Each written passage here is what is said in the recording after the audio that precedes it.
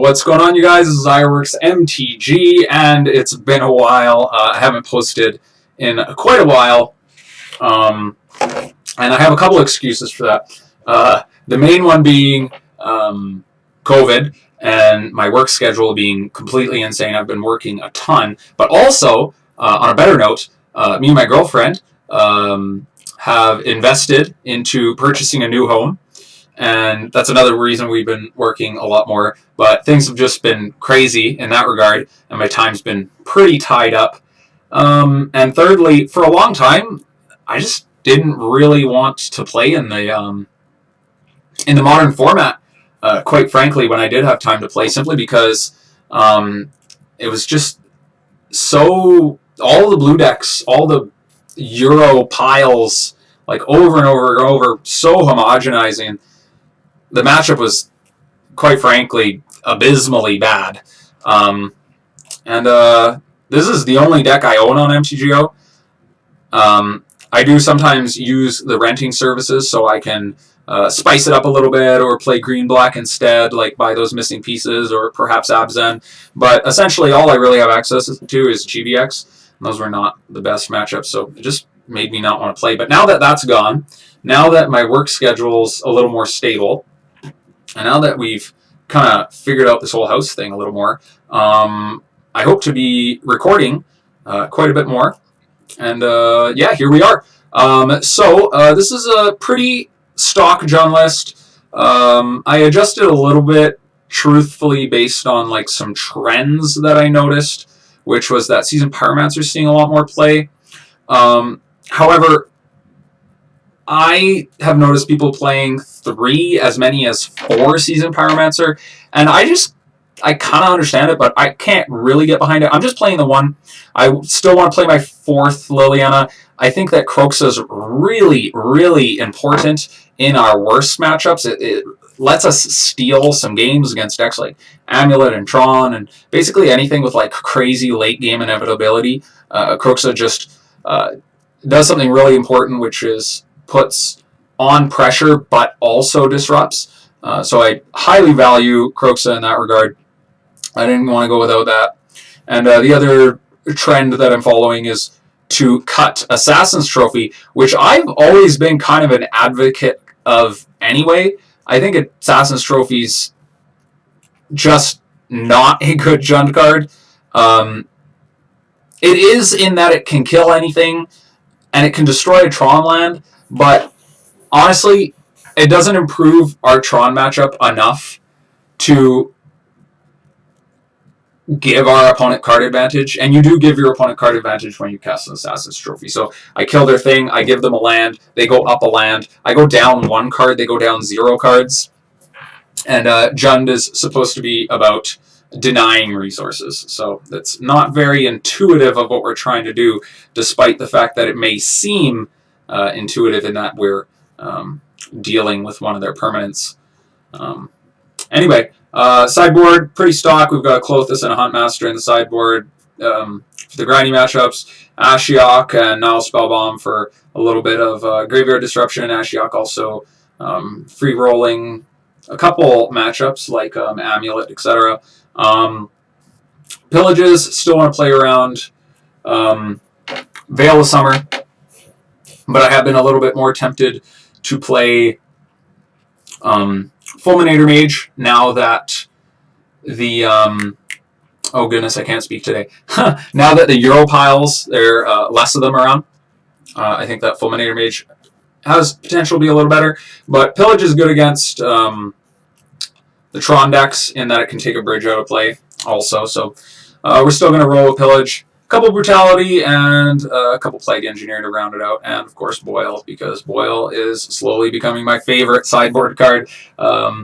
Just gotten to steal a lot of games that I had no business winning. But anyway, if you guys enjoy this content and you want to see more, please subscribe to the channel, smash that like button. I think I've lost like 4 or 5 subscribers in my 2 months of not posting, so I need you guys back. Yeah, let's get into the gameplay.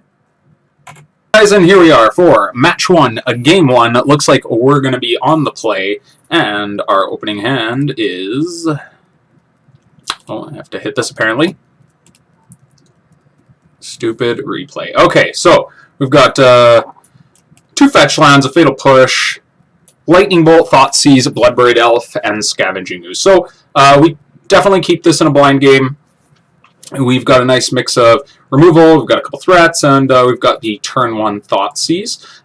Notably, this hand is demanding a lot from our life total, but regardless, we're going to keep. So we lead off with a Bloodstained Mire, and we're going to fetch. We're going to grab Blood Crypt, and we're going to Thoughtseize our opponent. Our opponent reveals a double Tribe Scout, Explore, Engineer Explosives, and Azusa. So here my thought is I can deal with these Tribe Scouts before they get to activate via Push and Bolt. But if our opponent floods out on the draw here, and they go Azusa and are able to get full value out of it, then we can lose to some top decks. So by that logic, I decided to go with Azusa here. Yeah, we decided to go with Azusa here. We're going to just deal with these mana dorks as they come. Or not mana dorks, but rather Tribe Elders as they come. So our opponent goes a Forest into Tribe Scout, and they're going to pass back to us. Here we're just going to push the Tribe Scout, play a land, and pass back. And draw a Fatal Push for turn. Now if we're going to draw pushes, this is honestly the best phase in the game to do so, because they start losing value pretty quickly.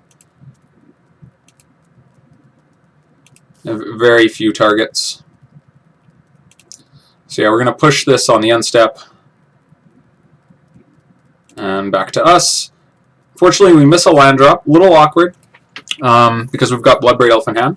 So we just slam the Scavenging Ooze, try to force the issue on this Engineered Explosives. Oh, sorry. Things went by a little quick there. Let me explain what happened. We Inquisition them, revealing Dryad of the Elysiad Grove. So we decided to take that. And then we attack with our Scavenging Ooze and eat something to get in for a little bit more damage. Now on our opponent's turn, they main phase crack the EE and pass back. And it's on to us. So we play another Scavenging Ooze. We miss our land drop again. Pass back. They drew a Bolt for turn. They're going to play another Dryad of the Elysiad Grove, but they don't have a land to follow up. So that's really good for us. Here we get to draw the Swamp and Edict the Dryad. Pretty obvious play there. And we pass back. Our opponent explores. They miss, fortunately for us. We draw Thoughtseize. So here we are going to Thoughtseize. We find a Primeval Titan. So we're going to take that. Even though we can't cast it, it's just the scariest thing in the hand. I'm not too worried about these other creatures. They are not really providing much value right now. So we discard a Bolt. They discard Rex Sage, which is pretty dead in the matchup.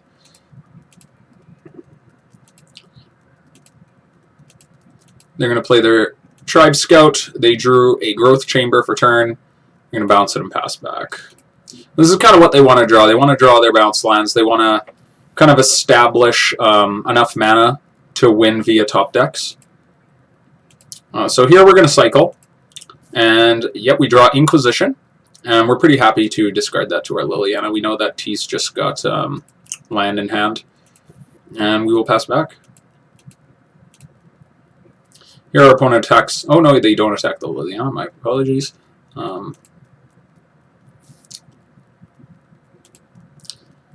Okay, so here we're going to discard this Blackcleave Cliffs in hopes that we can draw an untapped land to cast this Bloodbraid Elf.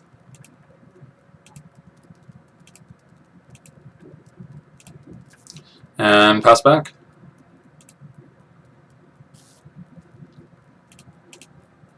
Now they're going to attack the Liliana. On our turn, we draw the Forest, which is exactly what we wanted. We're going to cast this Bloodbraid Elf. We're going to hit K command. Oh, sorry, I'll explain what happened there. We hit K command, and my thought here is, I mean, there's no other real mode to use. We just want to shock, make them discard.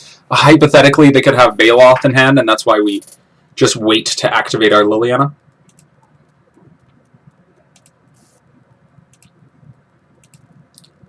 We play a Triome, we top deck a land, we each discard, and then we attack with a Bloodbraid Elf, passing back to our opponent. We draw an Amulet, pass back, we draw another Liliana, we're going to each discard, and then I'll send in the Bloodbraid Elf.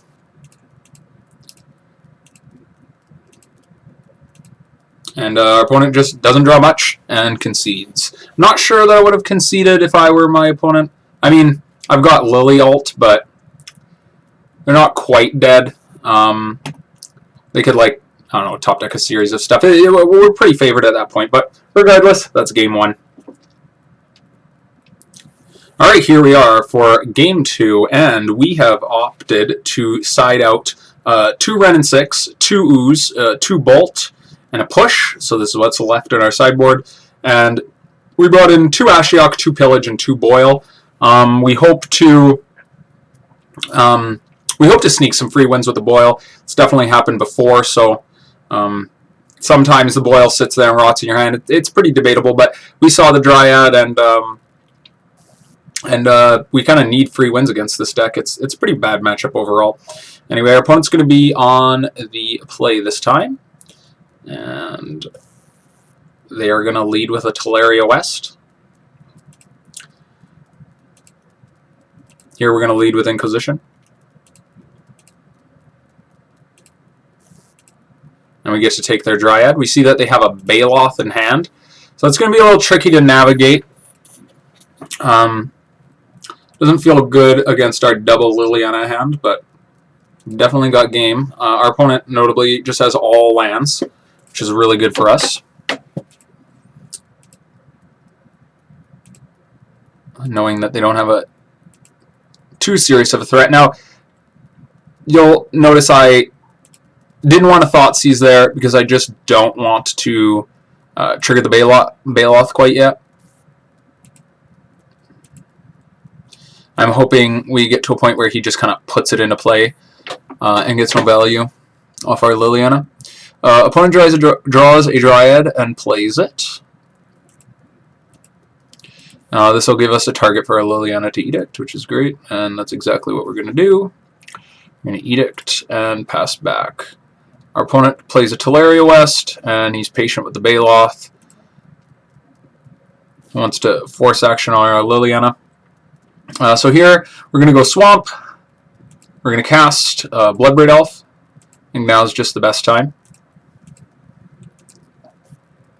We hit Bolt, which isn't the best, but it's not bad. It's not a fatal push, which would be quite bad. Oh no, we cut fatal push. What am I talking about? There's some worse cascades though. Bolt's not the worst. A Inquisition would have been far worse. So we get in for 3, and we pass back. We decline to uptick the Lily.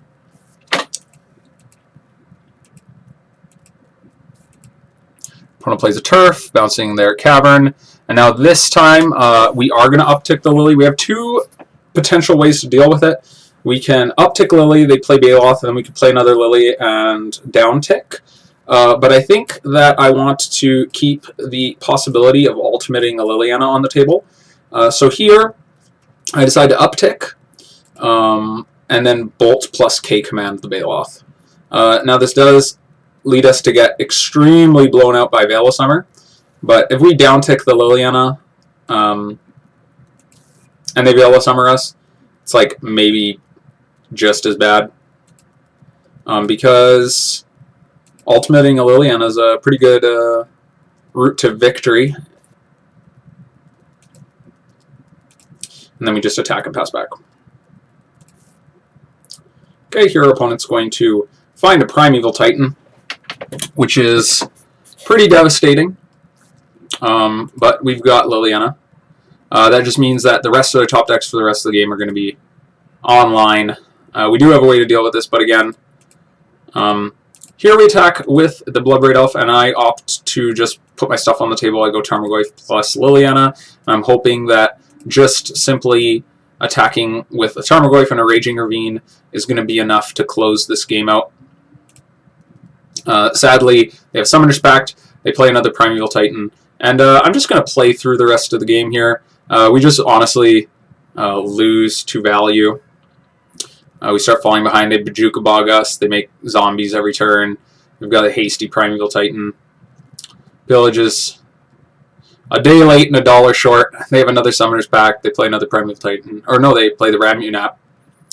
And here they're just going wide with zombies, attacking Primeval Titans, and this game is over.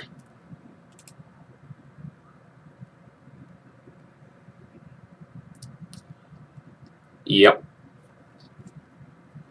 Alright guys, here we are for Game 3 against Amulet.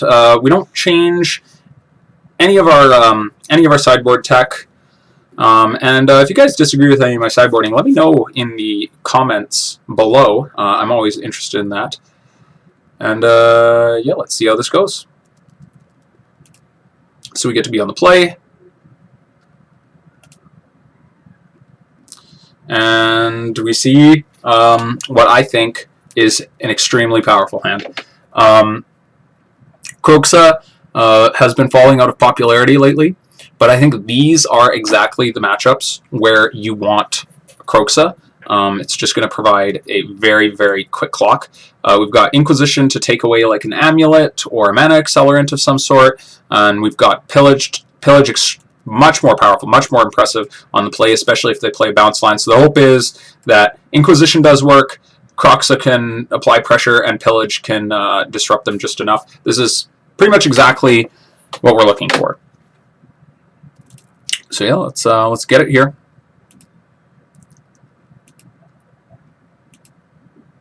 The client's giving me a little bit of a hard time, sorry.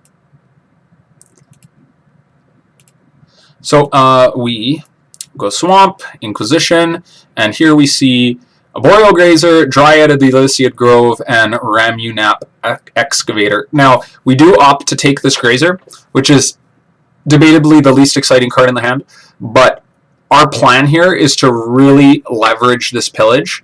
So I would like them to play this Gruul Turf on turn 2, and then us be able to pillage the Gruul Turf on turn 3 on the play.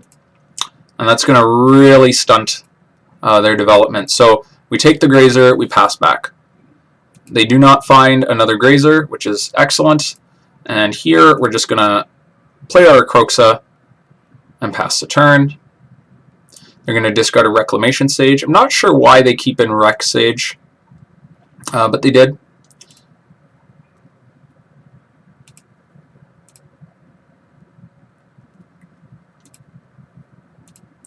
Okay, and exactly what we were talking about happens. They play the Gruul Turf, and we get to do the thing. We fetch, grab our Blood Crypt, pillage them, pass back. I can't imagine our opponent feels very good right now. And we're just curving out here. We get to play Bloodbraid Elf. So we shock in a tomb, we play Bloodbraid Elf, and what do we hit? We hit Liliana of the Veil. Yeah, so things are going great. We attack, we discard the Barren Moor. He's going to discard Veil of Summer, which obviously feels great. Great card to snag. Our opponent's pretty behind here. We draw Bolt, which is fine. We can deal with the Excavator.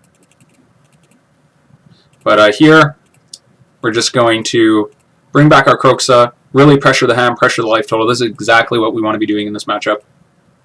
It's not, either or is not good enough. You need to really be doing both in matchups that are bad like this, attacking them on 2 different axes, disrupting their plan while also applying pressure. So we discard the Bolt here, because I think we're really just on the beatdown plan here. If they deal with one of our threats, we want to be able to play another.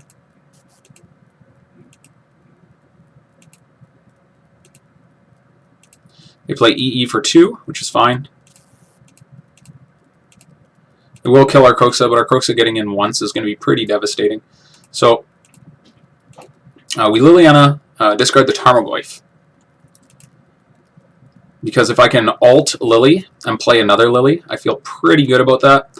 And EE I'm not going to be able to play the Tarmogoyf this turn anyway, thanks to EE being in play. And the difference between this turn and next turn is pretty big. So our opponent goes to his main phase. And that's enough for him. He just cannot answer what we've got going on here. He knows we're going to ultimate this Liliana. He can crack the EE to deal with the Kroxa, but then we're going to leave him with only one land left. And that's that for match 1. Tune in for the next match. Hey guys, and here we are for match 2. We're going to be on the draw for this one. And let's see what we've got. So, we've got 3 lands, Bolt, Terminate, Wrenn and Six, and Liliana. So, I like this hand in the dark. Wrenn and Six plus the Liliana is really nice. We get to buy back our fetch land again and again, and we can discard it to the Liliana, basically creating an effect where they go down a card and we stay up. Really good grinding type hand, and against any type of creatures that might pressure a Planeswalker, we've got a little bit of removal. So this is a great hand for grinding up some value and possibly ultimating some Planeswalkers. I'm pretty happy to keep this in the dark, and let's see what our opponent does.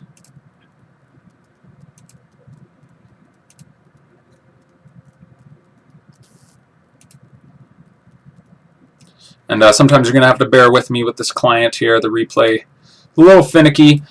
So they lead with Horizon Canopy.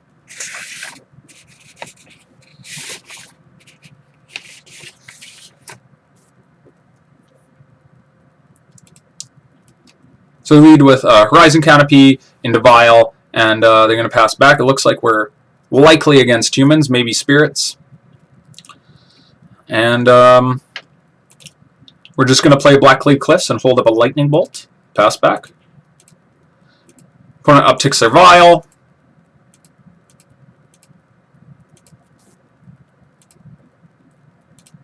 Let's just play through their turn here. They uptick their Vial and pass. So no second land for our opponent. Here we're going to play Verdant Catacombs. Fetch. Grab our Stomping Ground, because we've got Seasoned Pyromancer here. And I may want to discard this mountain. We're going to uptick, grab the Verdant Catacombs, and pass back. Our opponent upticks their Vial to 2. And here I believe they just play another Vial and pass the turn. Now here I could play Liliana, but I think it's better to just hold up these removal spells. I like the idea of down-ticking my Liliana against a deck like this and just assuring some sort of value, especially when our opponent has some Vials in play. They can just discard their worst threat and then flash in something and attack our Liliana off the board. So I want to ensure that if I play her, she gets a little bit of value. So I think I'm a little bit more interested in holding up our removal. I'm not super worried about our life total just because of our removal density, and we've got Seasoned Pyromancer to block with. So our opponent activates their Aether Vial. They're going to play a Meddling Mage, and it's going to name Fatal Push. I think this is wrong. I think that typically Jund is going to play more copies of Lightning Bolt than Fatal Push, but I'm no human expert.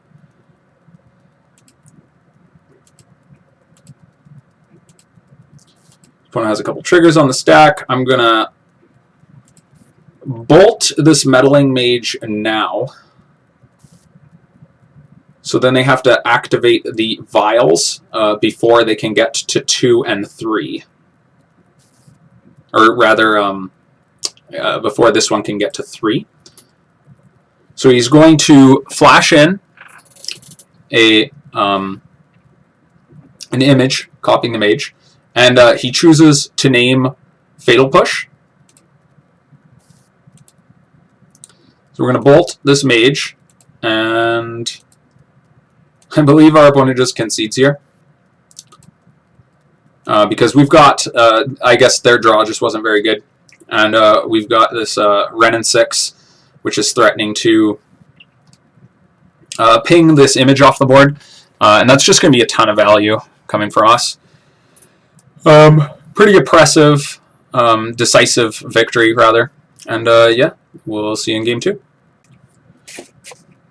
Hey guys, and we're back for game 2.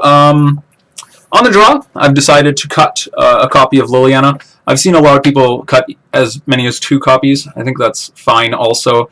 We've also cut the 2 Thoughtseizes, especially on the draw. Thoughtseize is just a bit too slow. They go like, say, Noble Hierarch, we Thoughtseize them. They have like multiple 3-drops, and then they just untap and play Mantis Rider, and they've just got such a good clock on us. So I think Thoughtseize is a pretty high liability on the draw.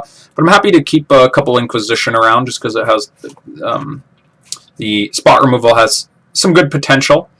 And we take the Kroxa because I think that Kroxa is pretty bad against cards like Meddling Mage because they have the info. It's in the graveyard already. They can see it coming and name Meddling Mage, and also Reflector Mage. So that's my take on sideboarding against humans. Oh, and of course we bring in 2 Plague Engineers, 1 copy of Collective Brutality, and 1 copy of Huntmaster. I think Collective Brutality's okay. I think you could maybe cut another Liliana for the second Brutality. I think it's fine. I'm not super impressed with it. It's kind of medium, but I like the split.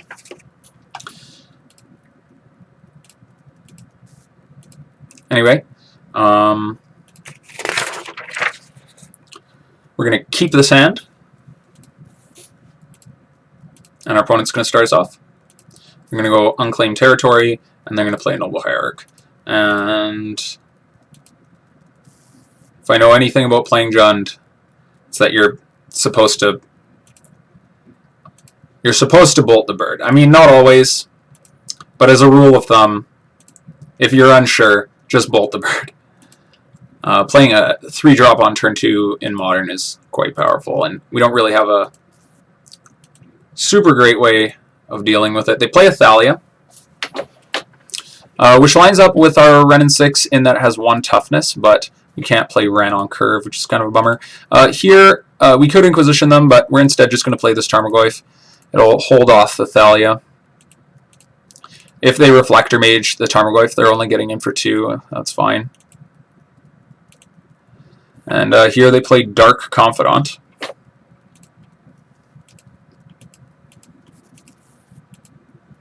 And this really opens us up to having Wrenn and Six take over the game, as they have 2 targets that are pingable. And we have Tarmogoyf to back up our W6 if they can't find an answer to that.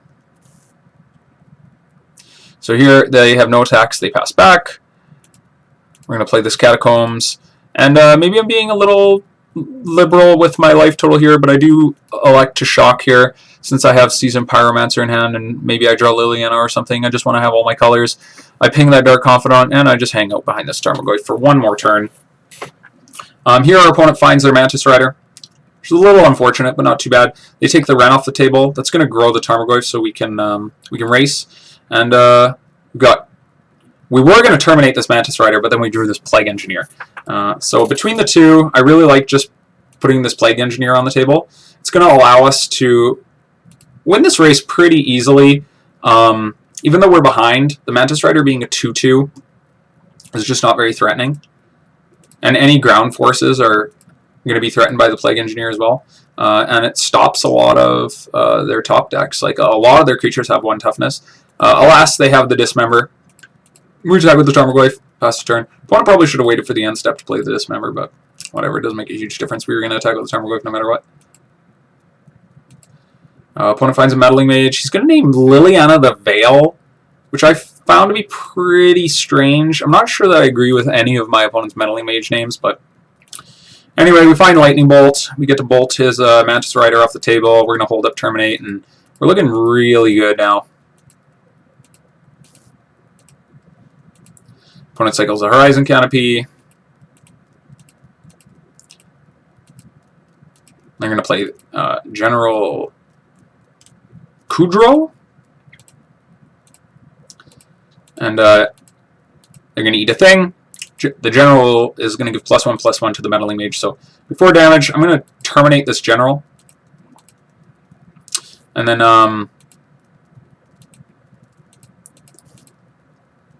Oh yeah, we Inquisition their Unsettled Mariner, play Forest, and then they just concede to the Seasoned Pyromancer. It's just a little bit too much for them. We're going to attack for 4, putting them to 3. They're top decking. We're a little wider, and they just have a 2/2. So yeah, that was match 2. Pretty easy, decisive victory, and we'll see you for match 3. Alright guys, and we are back for match 3. We're going to be on the draw, and let's see what we're working with here. So, not a lot. We've got obviously have to ship this back. 6 lands and a Scavenging Ooze is not impressive. And we've got Inquisition, Thoughtseize, Tarmogoyf, and 4 lands. This is much better.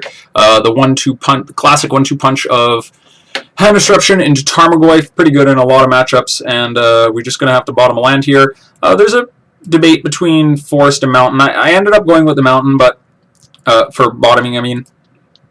That might be incorrect since we're playing Seasoned Pyromancer and Kroxa, but alas, that is what we went for. We're only playing 1 of each, so, I mean, I think it's reasonable. Opponent leads with Eldrazi Temple. Pretty big bummer. And we decide to lead with an Inquisition. So we're going to take 3, cast Inquisition. We only have 1 option here. It's Walking Ballista.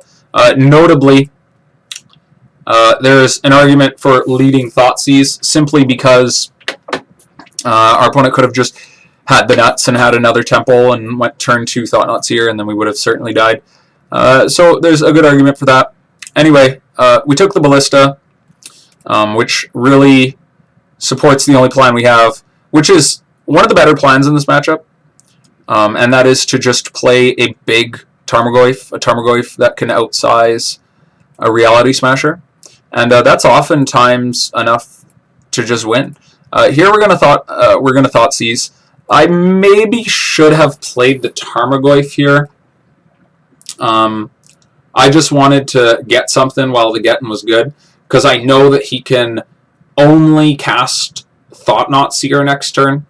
So my thought was, I can take this Thought-Knot Seer, and then there's a very strong chance that my opponent does nothing on their next turn, and it gives us a chance to get this tapped land down. So that's the line we went for. Possibly a little bit greedy, but it gets rewarded. We get to play our 4/5 Tarmogoyf, we play our Verdant Catacombs, and we pass the turn.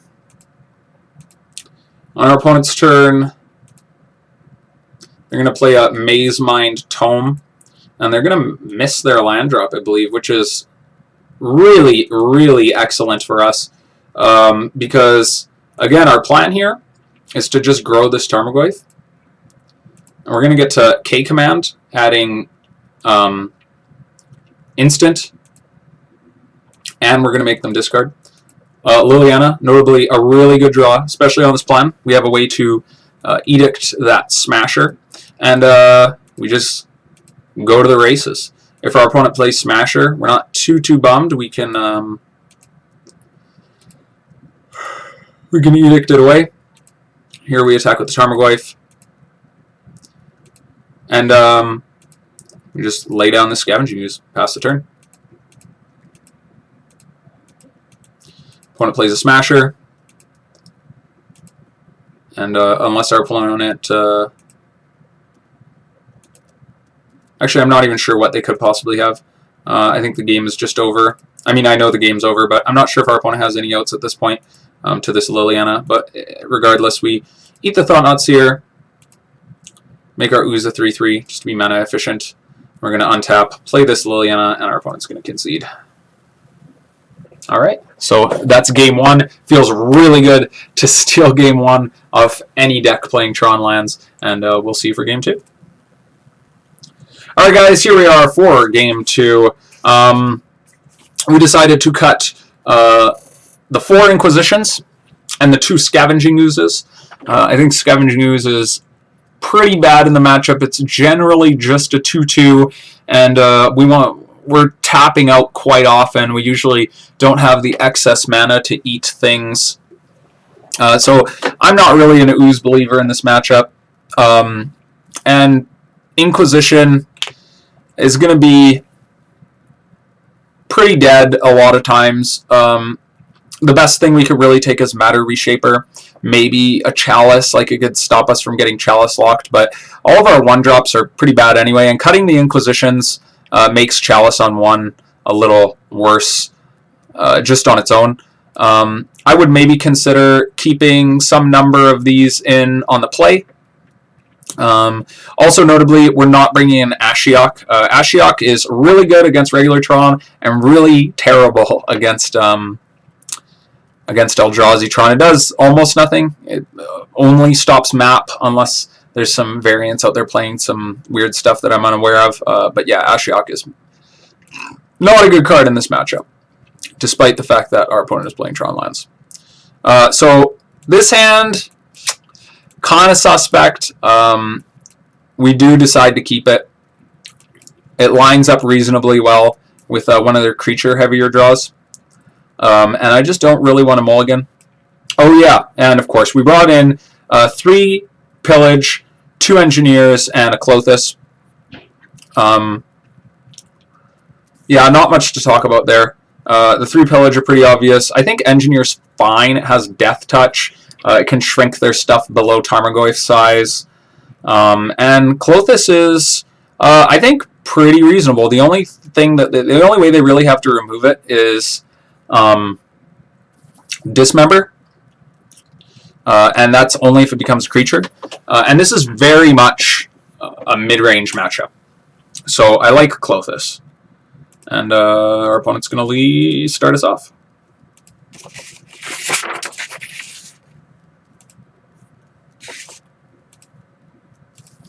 Okay, they play Power Plant and pass the turn.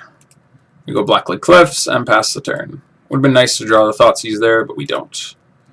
Okay, here we go Wooded Foothills and pass the turn. And I am, at this point, quite terrified of just getting completely dummied by natural Tron.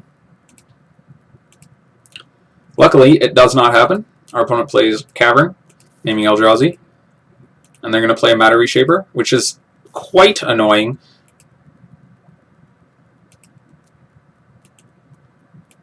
And we're just going to push it now. Just for the sake of being mana efficient. We draw a Pillage. If we're ever going to draw a Pillage, now's a good time.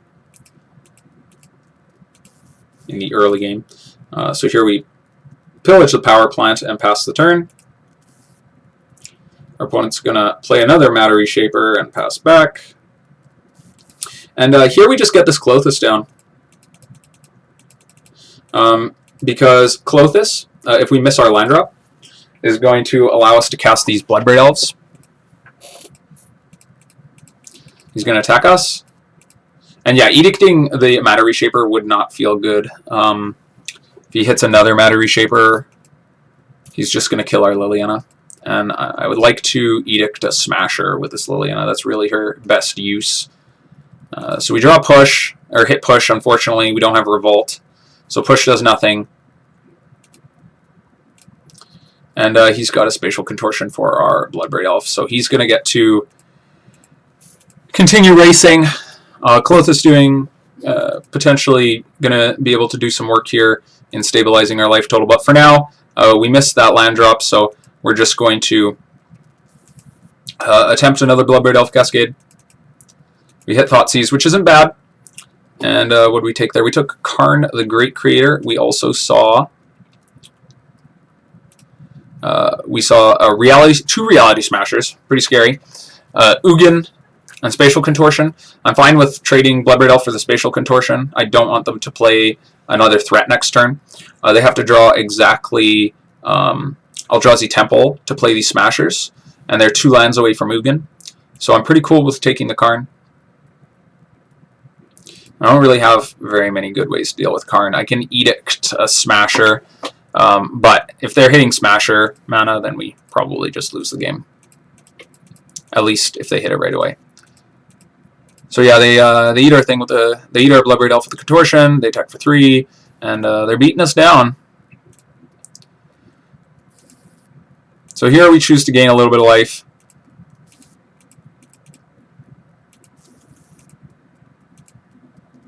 And we have to pull the trigger on the Liliana. We discard this Abrupt Decay, and we just hope that our opponent doesn't draw exactly Temple. If they do, we lose the game. So here we play Barren Moor. We maybe should have played a last turn. I just didn't see a need because we could have, like, we had the option to exile their land and play Bloodbraid Elf, but maybe that's incorrect. I wanted to maybe cycle the Barren Moor. I wanted to keep that option open, but anyway, he attacks Liliana instead of us, which is I'm cool with.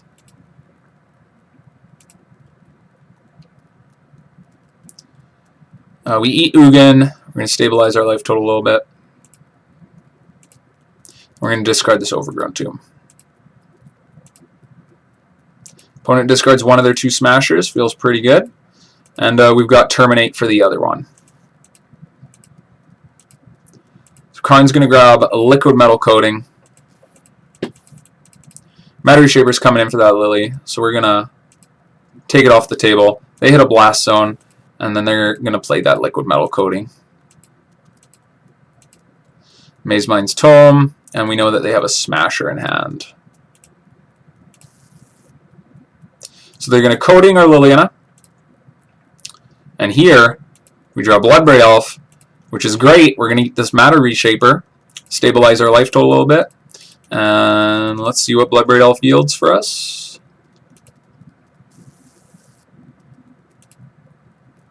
It is a Tarmogoyf. Another excellent hit.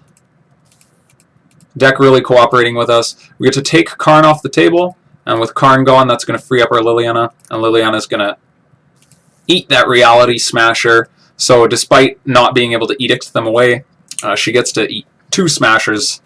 We've got a 5/6 Tarmogoyf in play. We are looking very, very good. This is exactly what we want to be doing in this matchup. Opponent's gonna draw a card. It's gonna pass back. We're gonna eat that Smasher.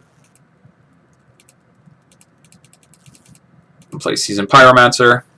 That's gonna turn on Klothys, and we attack for Xaxes,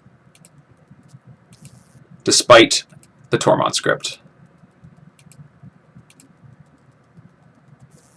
And boom, we get to 2-0. Eldrazi Tron always feels good. Tell me what you thought of my lines, my sideboarding plans, etc., in the comments below, and we'll see you for the next game. Alright guys, and here we are on the draw for match 4. And we've got Inquisition, Thoughtseize, Verdant Catacombs, Bloodstained Mire, Seasoned Pyromancer, and Kolaghan's Command. Now this hand's pretty sweet in a lot of matchups. There's a lot of value here. We get to like steal their proactive 2-for-1 type plays with our early hand disruption, and Seasoned Pyromancer plus Kolaghan's Commands. Pretty good value on our end, so we decided to keep this. Yeah, I like this a lot. Hand disruption is great in multiples, especially on the draw when our opponent has 1 less card than us, and especially if our opponent decides to mulligan. So we do decide to keep. Our opponent, I believe, also keeps, sadly. And they go Inspiring Vantage into Riftbolt, which makes our hand go from being pretty solid to pretty weak. Because the major problem with this hand is that it wants us to shock twice, with Seasoned Pyromancer demanding a second red source. So we are going to shock. We're going to take that damage. We're going to take our medicine. And we see Boros Charm, Lightning Bolt, Boros Charm, Wooded Foothills. We're going to take Eidolon at the Great Revel here. And we are going to pass back. Opponent Rift Bolts us. We're going to play their land, and we're going to Inquisition our opponent. We drew Liliana for turn. And here, I believe, yeah, they just fire off a Boros Charm. We're going to take the other Boros Charm, leaving them with 2 bolts. And I'm just going to play this Verdant Catacombs and use it as an opportunity to fetch painlessly. They play Swift Spear. They're going to bolt us.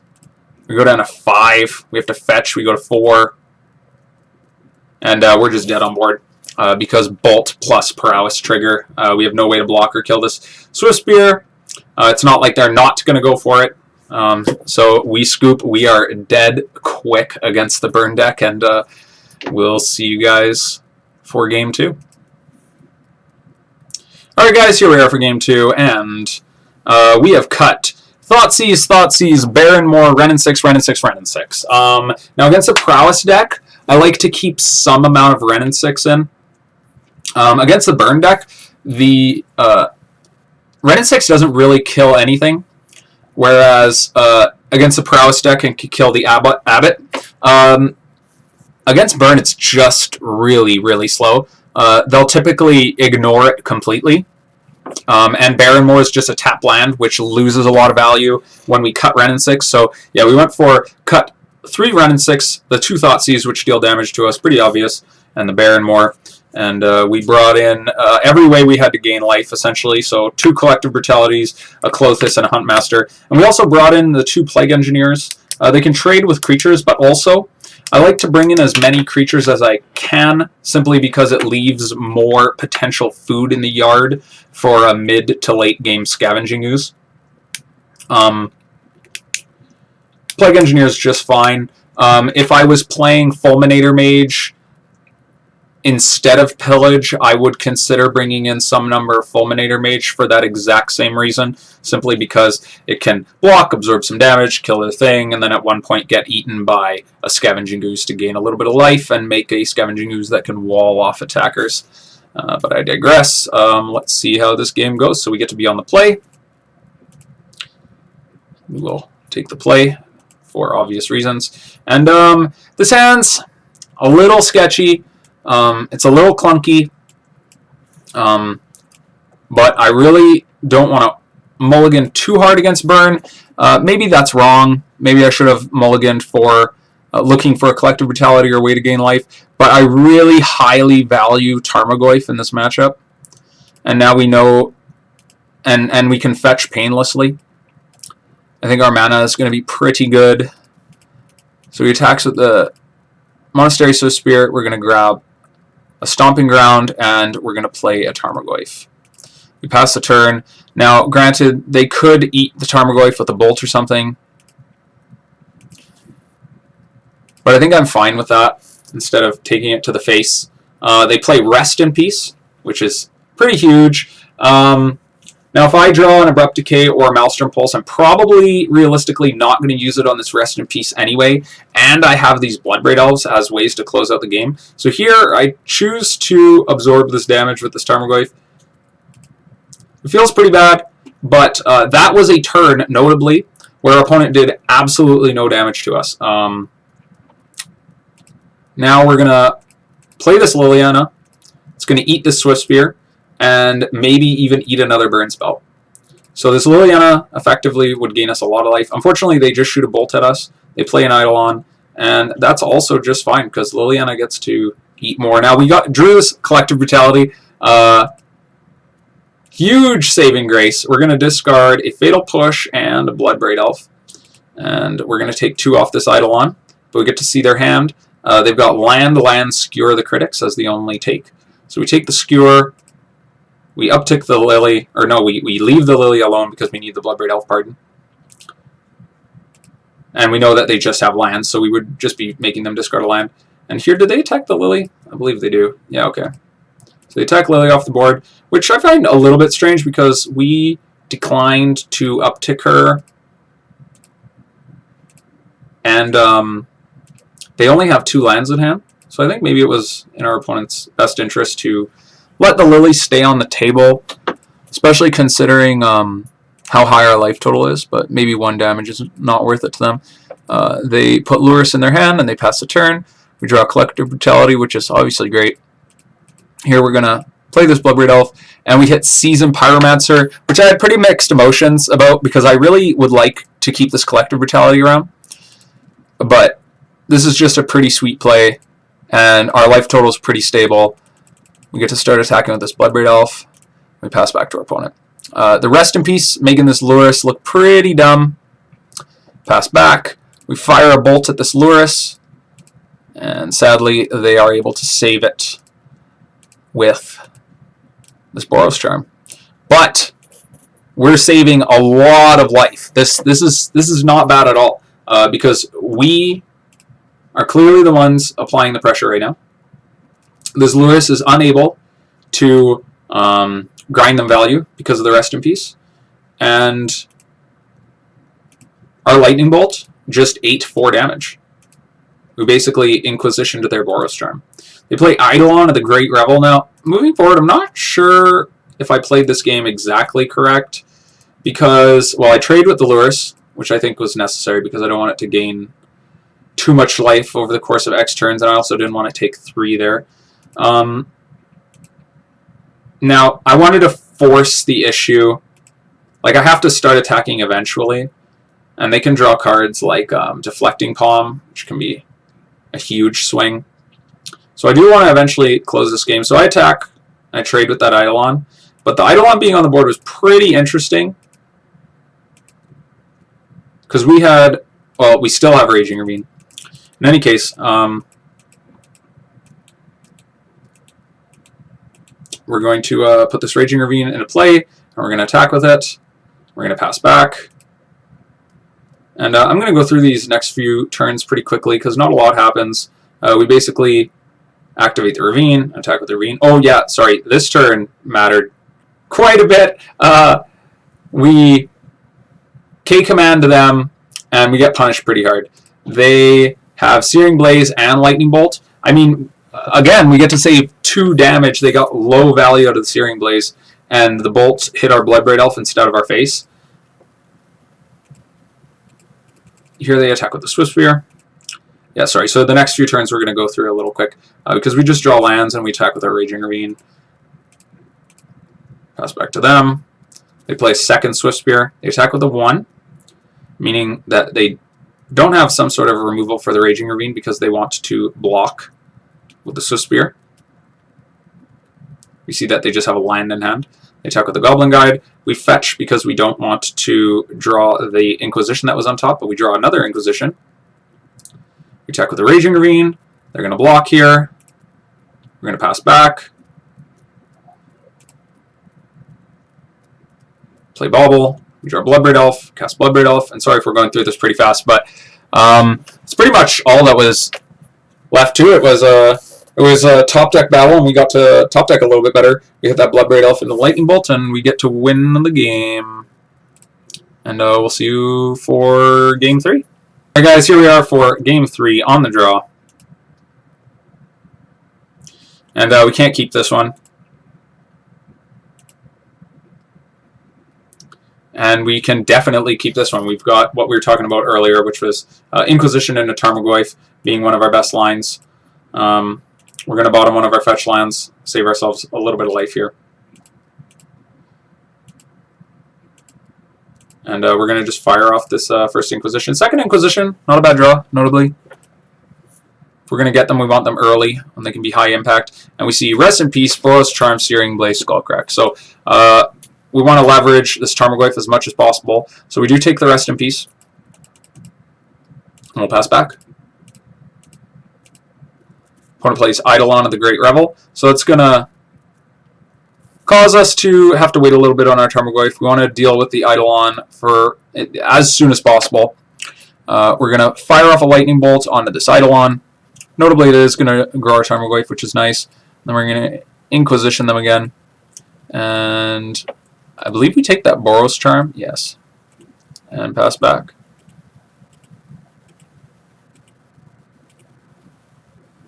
Opponent puts his Lurrus back into his hand and passes back to us. We're going to put this 5/6 Tarmogoyf into play. Feels real good. Pass back to them.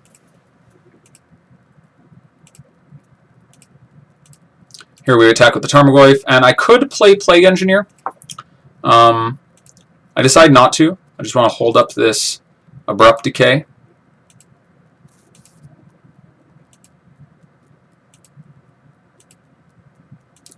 Opponent's going to Boros Charm us.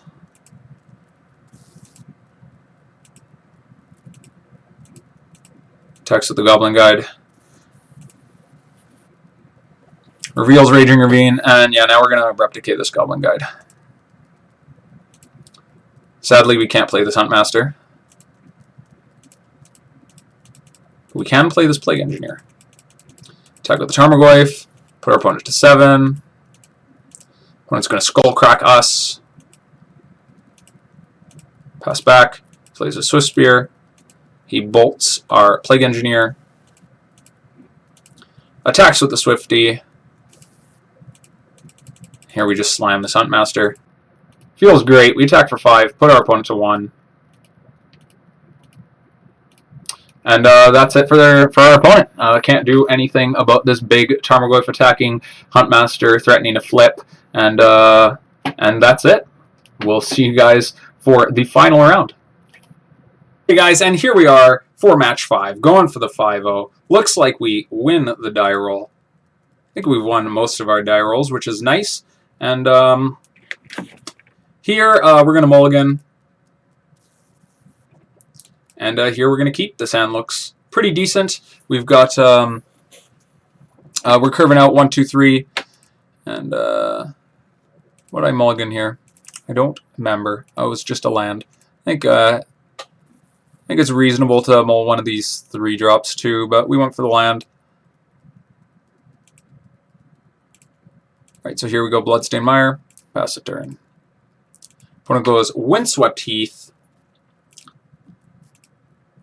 They play an Arbor Elf, and we're against Gruul aggro. Oh my god, never lucky. These matchups all day have just been absolutely horrendous outside of humans. We're going to push this Arbor Elf, because we don't want them to do a thing on a 3-drop thing on turn 2. It's kind of just their whole shtick, right? So we're going to Kroxa them. You're going to discard a Wooded Foothills. We pass back. They have another Wooded Foothills. Play Mountain into Wrenn and Six. Buy back one of their Foothills. That feels bad. That makes our Lilianas pretty terrible. Now, this was a tough decision. Now, I think that Liliana is just so exceptionally bad against Wrenn and Six. In this position, especially, I just don't see her doing a lot of work. So I want new cards. So I decide here, I'm going to play the Seasoned Pyromancer. I'm going to put some stuff on the board. I'm going to hope to get lucky. We drew Abrupt Decay. It's not too bad if the rest of their hand's kind of crappy. If they don't put threats out on the board. They ping one of our elementals, and they play Magus of the Moon. So now we are pretty toast. I'm just going to hit play here. You can just see what happens. They uptick Wrenn a bunch. They attack with this Magus. Maybe we shouldn't have attacked with this Seasoned Pyromancer in hindsight. Could have left it back to block with. I offer a trade. They don't want to take it. Attack with both. I will not block. Just hoping to draw like our forest so we can Bloodbraid into something high impact. We bolt this Bone Crusher Giant to try to afford us as much time as possible. This time we hold up the Seasoned Pyromancer to trade with. But he draws a Lightning Bolt. He attacks for 4. We draw nothing. We die. Easy win for our opponent. And we will go to the next game. Okay, guys, here we are for game 2. And sideboarding-wise, basically what we did was try to make our deck a little less mana-intensive. I cut the 2 Scavenging Ooze, the Kroxa, and one of our Lilianas. Liliana being double black, Kroxa asking for double black, and Scavenging Ooze asking for a lot of green. I just want to lean a little harder on our red cards. I've seen a lot of people bring in Pillage. I didn't this time. I brought in 2 Collective Brutality, a Klothys, and a Huntmaster. I think that Klothys and Huntmaster are pretty reasonable in that they only need 1 green source. We can put them into play under a Blood Moon, and they can start providing a lot of value. And then Collective Brutality is excellent because it can take one of their mana dorks and like some sort of land destruction spell or a lightning bolt or something along those lines. Just has good 2-for-1 potential, and also it's only a single black. So it allows we can cast it under a Blood Moon effect. We can get rid of a Magus. It's -2/-2. Yeah, let's see how this game went. So we get to be on the play. Whoopsies. Don't want to play through. We Inquisition our opponent. He's got Seasoned Pyromancer, Scavenging Ooze, Relic, Magus, and Blood Moon. And sorry, we're going a little fast here. Let's talk about our hand a bit. It's Inquisition, Collective Brutality, Bloodbraid Elf, Bloodstained Mire. I like Bloodbraid Elf in the matchup just because it is, to a degree, a mid-range matchup. We want to grind. We want to outgrind our opponent. And here I decide to take the Seasoned Pyromancer. There's some considerations for some other cards, but I have time to take anything. But this, to me, is the scariest card. We can deal with the Magus via Collective Brutality or one of these Inquisitions. We're not really worried about Lightning Bolt. Again, we can deal with the Scavenging Ooze. If he ideally, he plays the Scavenging Ooze on turn 2, and we just eat it with the Brutality. So, yeah, we take the Seasoned Pyromancer here. And we pass back. Happy to see our opponent doesn't have a turn 1 creature. But he does have a Relic. He's going to eat our Inquisition. We're going to Inquisition them back and take their Magus.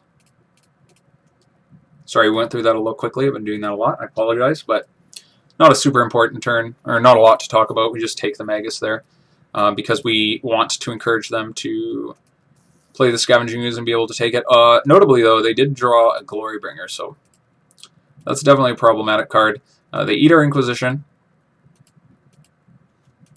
And here, we're just going to go Collective Brutality, and our Inquisition just kind of loses its value at this point, or as far as we're aware. We see that they've got Magus and Lightning Bolt. Magus not being a huge deal here, as we have Fatal Push. We are going to eat this Lightning Bolt. We have Magus and Glorybringer. So here we would like them to fade, or like to fade Land Drop. But they do hit it. They find their forest. They put Magus into play. We are going to respond by fetching. And we're going to Fatal Push this guy.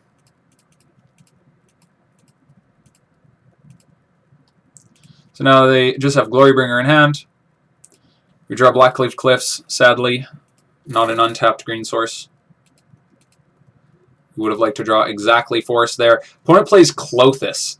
Klothys is a haymaker in this matchup. I was pretty sure that we were dead because they played Klothys before we played Klothys, but we Bloodbraid Elfed into Klothys, thus giving us the faster clock because 3 + 2 is greater than 2, and that's quick maths. Tackle Bloodbraid Elf, pass back. Opponent stabilizes their life total a little bit with Klothys, and notably they can eat a land and play this Glorybringer a little bit early. Here, I'm not sure what I was doing. I just ate this Magus. I wasn't thinking at all. It was clearly correct to force action on this Seasoned Pyromancer because it's the only card in their graveyard that they can actually get value out of. But honestly, I'm more scared of them just playing this Glorybringer next turn anyway, and there's multiple lands, so there's no stopping that. Anyway, they relic themselves, getting rid of the Magus. It would have definitely been nice to clear that Seasoned Pyromancer out, though. That was definitely a misplay on my part. In any case, we grab our forest, Blood Moon proofing us to a degree, and now we've got a real clock on here. We pass back. Opponent draws a Wooded Foothills. They should not have cracked the Relic there. They could have put their Glorybringer into play, but it's A-okay with me. We attack for bunch. We pass back. Opponent cracks the Foothills, and they got nothing. So we're on to Game 3 against Gruul midrange. Okay, guys, here we are for Game 3. We're going to be on the draw. And here we have Land, Bolt, Liliana, Wrenn and Six, Terminate, Bloodbraid Elf. So I'm not too worried about playing around Blood Moon with this hand, thanks to Lightning Bolt. So we will keep. Also, Wrenn and Six can recycle our lands. So eventually we can grab basics. But we can definitely play around a Magus. So with that in mind, I don't Thoughtseize here. I decide not to Thoughtseize here. And my thought is, on their turn 2, if they want a Seasoned Pyromancer, It's not actually providing a whole lot of value at that point. They're just discarding 2 and drawing 2. Now, granted, they could discard some lands and draw some spells, but I'm just not... It's just not a super overwhelming play. So I'm mostly afraid of... I would be more concerned about a turn 2 Magus, or I feel like it's more powerful play. So we decide to play a land and simply hold up Lightning Bolt.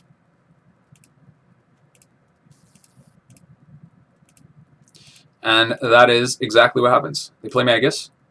If this was a Scavenging Ooze, if this was just about anything, we got to bolt it anyway. So yeah, we're going to bolt this Magus off the board. We get to tap our Verdant Catacombs for red. Pretty neat.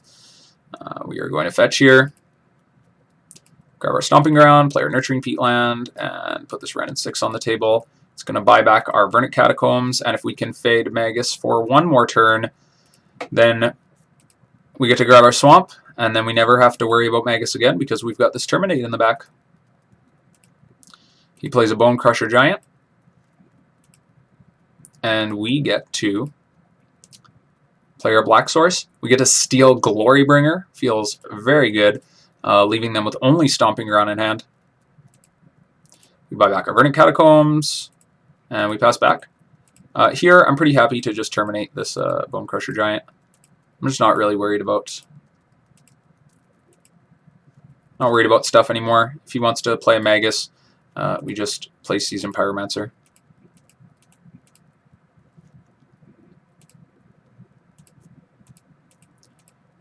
Here comes Liliana, Edict. It's going to respond by eating something, gaining some life.